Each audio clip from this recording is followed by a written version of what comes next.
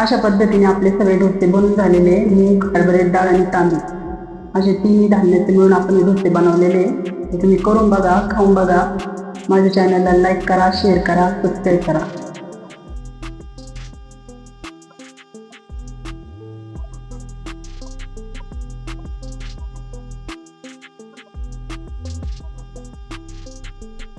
एकच नंबर, एवढं छान. त्याची चटणी तुमच्या आवडीनुसार तुम्ही सॉस बरोबर पण खाऊ शकता. मी आज ना डोसे बनवणार आहे. त्याच्यासाठी आपण साहित्य पाहूया. तर मी इथे 2 वाटी तांदूळ भिजवून घेतले होते.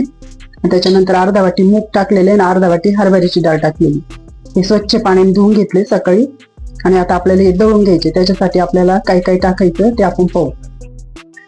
आता हे आपल्याला सगळं मिक्स करून घ्यायचं आणि आपल्याला मिक्सरमध्ये जेवढं मावेल तेवढं टाकून घ्यायचं असं. आणि मग आपल्याला वरून काय काय टाकायचं मी ते दाखवते तुम्हाला. बस आता एवढं आपल्या याच्यात छान होणार आहे. याच्यामुळे बारीक होतं. एवढं घेतलं, जास्त घेतलं तर बारीक होत नाही. आपल्याला बारीक दळून घ्यायचं. आणि आता त्याच्यासाठी साहित्य मसाला आपण काय टाकणार आहे. 1 चमचा मीठ आहे. मीठ तुमच्या आवडीनुसार किती खारट लागतं ते. या 5-6 मिरच्या घेतलेल्या हिरव्या मी. या 5-6 मिरच्या आहे त्या टाकायच्या. हे थोडं लसूण आहे आणि थोडासा जिरा आहे. आणि नंतर आपल्याला कोथिंबीर टाकायची. लसूण आणि जिरा टाकून घ्यायचा आपल्याला. याच्यामुळे चवीला छान होतात डोसे. कोथिंबीर ढेर सारी. थोडस पाणी टाकायचं आणि आपल्याला ते बारीक दळून घ्यायचं. दळून झाल्यावर मी तुम्हाला दाखवते कसं होती त्याची पेस्ट. थोडा अर्धा ग्लास पाणी टाकायचं. आता हे बारीक आपल्याला पेस्ट करून घ्यायची, म्हणजे बारीक दळून घ्यायचं.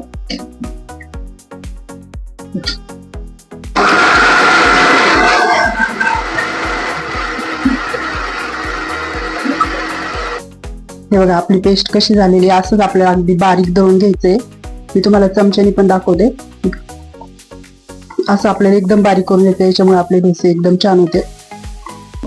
आता हे असं एका पातेल्यात आपल्याला ओतून घ्यायचं सगळं. हे बघा आपलं किती छान मिश्रण झालेलं आहे. खूप सुंदर डोसे होते त्याचे. अशा पद्धतीने हे राहिलेले पण आपण सगळं आता दळून घ्यायचं.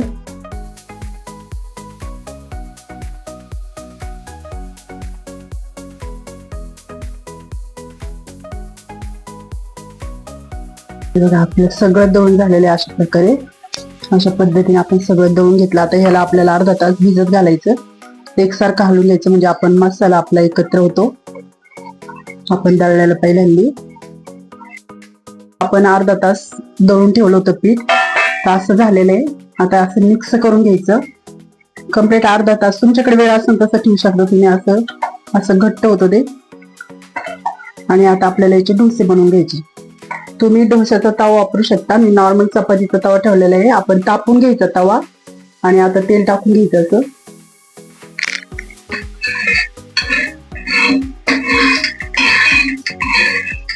चौकून.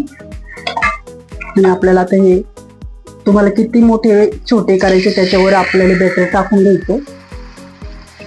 ही मिडियम साईजचे करणार आहे.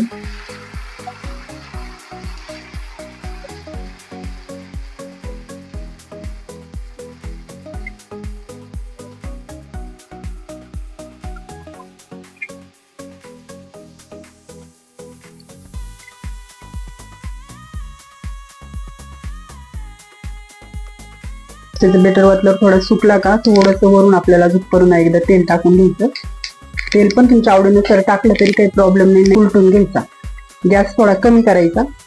आणि आपल्याला आता आधी पचला का बघायचा असा. हे बघा किती छान पचलेलं आहे. नॉर्मल तव्यावर आहे. चपातीचा तवा आहे हा. किती सुंदर झालाय. हे बघा डोश्याच्या तवर तर अजून छान निघतो. आणि आपल्याला पलटी करून घ्यायचा. हे बघा किती सुंदर झालाय. वाटतं का हा मूग आणि डाळीचा आणि तांदळाचा डोसा आहे. एवढा छान दिसतो आणि एवढा हेल्दी आहे तो. आता आपल्याला परत एकदा असा पालटून घ्यायचा. हे बघा दोन्ही साईडनी कसं झालेलं आहे. आणि आता आपल्याला प्लेटमध्ये काढून घ्यायचा. एकदम छान असा आपला डोसा झालेला आहे. कसा आवाज येतो बघा.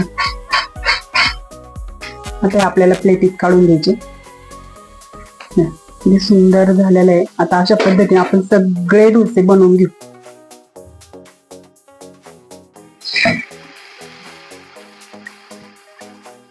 छान जाळी पडते. असं पाहिजे तेवढं तुम्ही बसून देऊ शकता.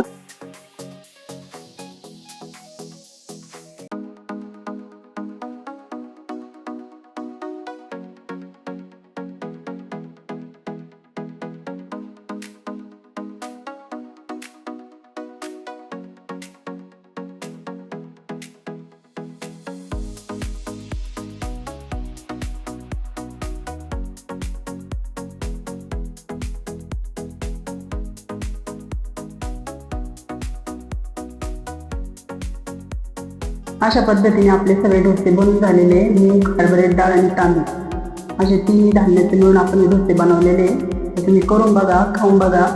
माझ्या चॅनलला लाईक करा, शेअर करा, सबस्क्राईब करा.